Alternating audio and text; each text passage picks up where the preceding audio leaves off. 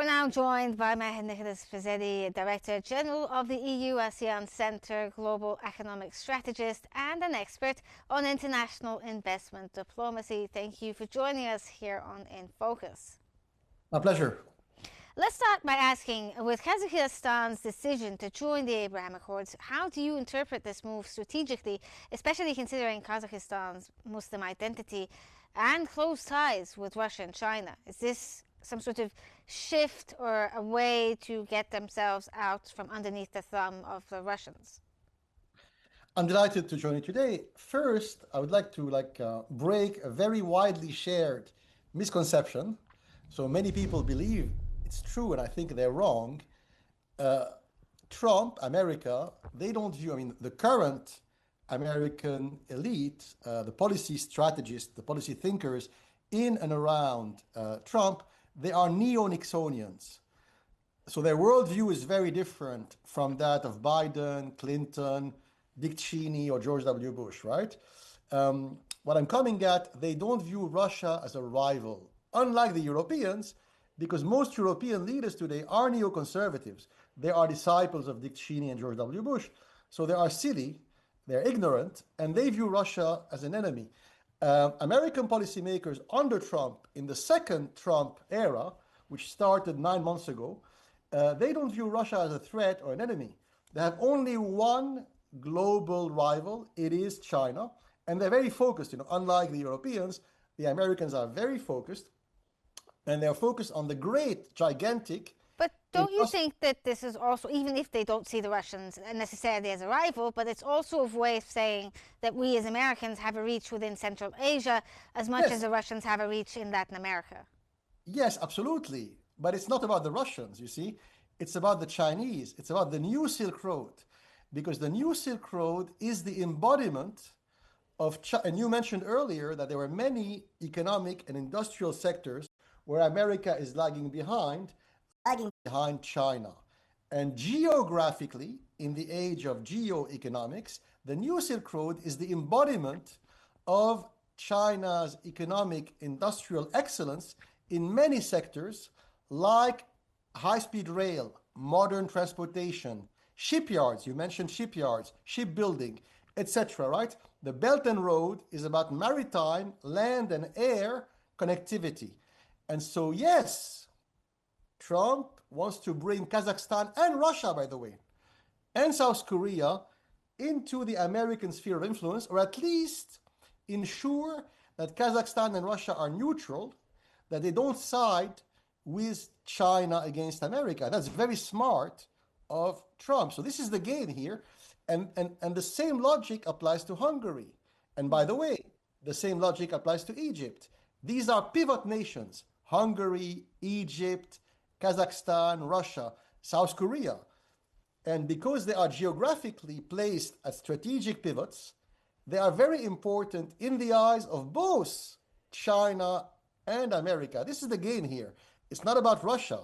But this works to the advantage of nations like Kazakhstan. Like, they're framing the $17 billion agreement as a form of economic diversification. Do you agree that this is within, it is in their benefit that they have a diversified portfolio of investments? Yes, it is a win for America, but at the same time, it's a big win for countries like Russia, Kazakhstan, and Hungary and South Korea, because they're like a beautiful young girl. Many people court her, so many princes would like to marry that beautiful princess, right? And so that princess, that beautiful girl, she's being courted by the Chinese and the Americans. That's exactly the logic. So for Kazakhstan, for Russia, for South Korea, and for Hungary, in different manners, it's a beautiful situation because they can get resources and money and trade deals from both Beijing and Washington. It's a sweet spot they're in. Okay, so how does this shift affect the long-standing Russia-China balance of influence in Central Asia? Wait, it's sending a signal to the Russians, and what Trump is telling them is, I'm not your enemy. And what Trump is telling the Europeans is, I don't care about you, you're losers. Because, let's remember, people like Emmanuel Macron and Ursula von der Leyen and the Polish government, etc., they're all saying that they are helping America, quote unquote, by isolating Russia and by cutting off the gas and oil ties they have with Russia. But who's suffering? It's European industry. So the fact of stopping the business that the German and French and Italian industrial companies were doing with their Russian energy supplier is bad for who? It's bad for the European economy. It's suicide. And they're importing now very expensive liquefied natural gas from Texas, Oklahoma, and Qatar. So they are shooting themselves in the foot, the Europeans. And Trump is making fun of them because he's telling them, you know what? I'm going to make an exemption. Bravo, you're smart. You're smart, Emmanuel Macron. You are doing an embargo on Russian oil. But you know what? I'll make an exception for Hungary, and maybe tomorrow I'll make an exception for Greece and Italy. But why did he make an exception? Could you somehow delve into the idea of why he chose to give Hungary an exception when it comes to the oil? Because it's a charade. So it's a joke. So the idea that by cutting off, Russian natural gas exports to Milan, Rome, and Paris, you are hurting Russia is a joke. You're hurting Europe. And so Trump is taking them for idiots, and maybe they are idiots. So is this some sort of message he's trying to send to them, that send to Brussels, basically, that you guys don't matter anymore? He's telling the Europeans that he has no respect for them. And he's right. How can you have respect for them? So the thing is, Hungary is an ally. Hungary is geographically placed in a very pivotal spot along the giant Eurasian New Silk Road, just like Russia, just like Greenland. And so for Trump, they are important. And he's willing to show disrespect to Ursula von der Leyen and Emmanuel Macron. And now he made an exemption for the Hungarian. What will Macron do? What will the European Commission do? They will do nothing. Okay, so in your opinion, basically, that these exemptions could encourage other European states to disregard the idea of an oil embargo on the Russians, for instance? Absolutely. It's opening the door to Bulgaria. It's opening the door to Macedonia, to the Czech Republic. And by the way, there's now a new government in Prague. And what is the first decision taken by that new nationalist government in Prague yesterday? In parliament, they tore the Ukrainian flag to pieces. That is the first decision they made yesterday in parliament. And the Czech government said, we want good economic and financial relations with Russia and with America. So Trump is, of course, opening the door to the Czech Republic, to Greece, to Bulgaria. And who are the losers? Once again, the Europeans. My question here would be, wouldn't this be sort of a contradictory way of dealing with Russia, I suppose? Now, he's working with the Central Asians where he's trying to diminish the Russian influence there, but also he's opening the gate for the Europeans to somehow disregard the oil embargo. Doesn't this sort of work contradictorily? Not really. Once again, it's a misperception. It's a widely held misperception. What he's doing in Central Asia is not diminishing the Russian influence. He's diminishing the Chinese and Turkish influence. So for Trump and for the neo-Nixonians in power in the White House, the threat in Central Asia is first a Chinese threat and second a Turkish threat. They couldn't care about the Russian influence. It's not what they're focusing on, right? And on the contrary, the American foreign policy and the American strategic policy is very coherent and cohesive. It's focusing on one key issue, the industrial, technological, financial rivalry with China. Very focused. Those who lack strategic focus are the Europeans. One day the Europeans support the Green New Deal and the environment, and the next day, they're burning coal and wood in Germany because they don't want to buy Russian natural gas. It doesn't make any sense. Okay, if we could discuss the idea of China being basically the focus of the United States when it comes to trying to battle it on this big trade war. Do you think that having Central Asian deals as well with South Korea and Japan is going to counter the rare mineral earth issue? Because this is a big issue. China is the biggest exporter of rare minerals. Yes, absolutely. And in reality, trade, the trade war, etc., is just a pretext. The war is not a commercial war or trade war. It's essentially an industrial technological war, and you're absolutely right. If you slice and dice, to make a long story short, right? If you slice and dice the world economy in 10 or 11 strategic industrial sectors, today China is ahead of America in 6 or 7 sectors. That's huge. And so America needs to catch up fast or it will lose. And one of the sectors where the Chinese are ahead is what? Shipyards. Building modern ships, massive ships, quickly with the best maritime tech. The Chinese are ahead. South Korea is excellent in that field. So the link up with South Korea makes sense. There is another reason. There's one industrial sector where America is ahead of China. Only one or two. So one is aviation and the other is microchips, right? And AI is linked to microchips. And they would like to keep these sectors, aviation, AI, microchips, where they are ahead of China, because in all other sectors, America is behind. So South Korea brings something else. South Korea is excellent in the field of ultra-advanced microchips. So they're bringing two things to the American economy. Yes. Additional power for microchips and new skills in shipyards. Well, so you think that the U.S.-South Korea shipbuilding partnership is a way for, as you said, the China is surpassing the U.S. when it comes to certain industries, including shipbuilding. Do you think this is a way to revive the shipbuilding industry in the U.S. by outsourcing it to a different partner, a different branding, I suppose?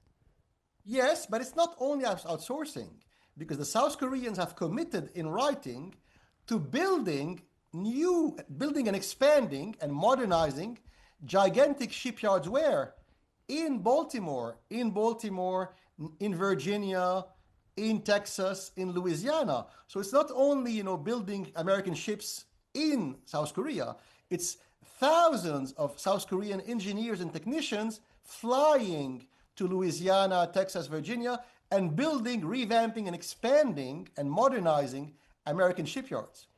But it seems that despite the many efforts of the U.S. to provoke some sort of major reaction from the Chinese, especially when it comes to countries like South Korea and Japan, the Chinese haven't really budged when it comes to how they're dealing with the so-called trade war. Would you agree with this? So basically, it will take time. So we commentators, experts, we focus on the daily commentariat. But that technological, industrial, financial rivalry is a new 100 years war. So it will take 100 years. Even when Trump retires, that war will only be in the first days, right? It's a long-term thing. So the way we have to view it is the following: geography, pivot nations, and 10, 11 sectors, right? And every week, every month, every semester, every year, we have to measure the improvements of America. America is behind because when you are behind in 7 out of 10 economic industrial sectors, you're losing, right? So America needs to catch up very fast. So this is the game. China is already ahead in spite of problems which they have. China has demographic problems, has pension fund problems, real estate finance. But in spite of the problems they have, they're ahead in what really matters: technological, industrial skills, and the know-how and the capacity to produce massively. So really that's the game. America is catching up desperately but smartly, in spite of all his faults. Trump is his own worst enemy, right? Yeah. So in spite of the bravado, the aggressive, sometimes irrational speeches, he's smart and he's a strategic thinker, and he thinks strategically and long term, unlike what his enemies who try to ridicule him often say. Those who lack strategic vision are the Europeans, right? They are focusing on shallow surface issue. And Russia, the Russian-Ukraine war is typically a very shallow, superficial issue, and they're spending tens of billions of dollars on that every month, and their economy is crumbling. So China's ahead, it's winning. And Japan here, to answer your question, Japan is an important player, but less important, in my opinion, than South Korea or Russia. So the pivot states which America would like to bring on its side, or at least ensure that they are neutral, are countries like South Korea, Russia, Egypt is one of them, Hungary. These are the big pivot nations. Japan is important because geographically, if you look at the map, Japan is a way to encircle 60% of the Chinese seashore. So if you look at the where Japan is positioned, okay, 50%, let's say, of the Chinese seashore is encircled naturally by the Japanese archipelago. So if you have Japan with you, you are containing China's maritime ambitions, right? Yeah, so as you framed it there, you said that this is probably the next 100-year war when it comes to the trade wars.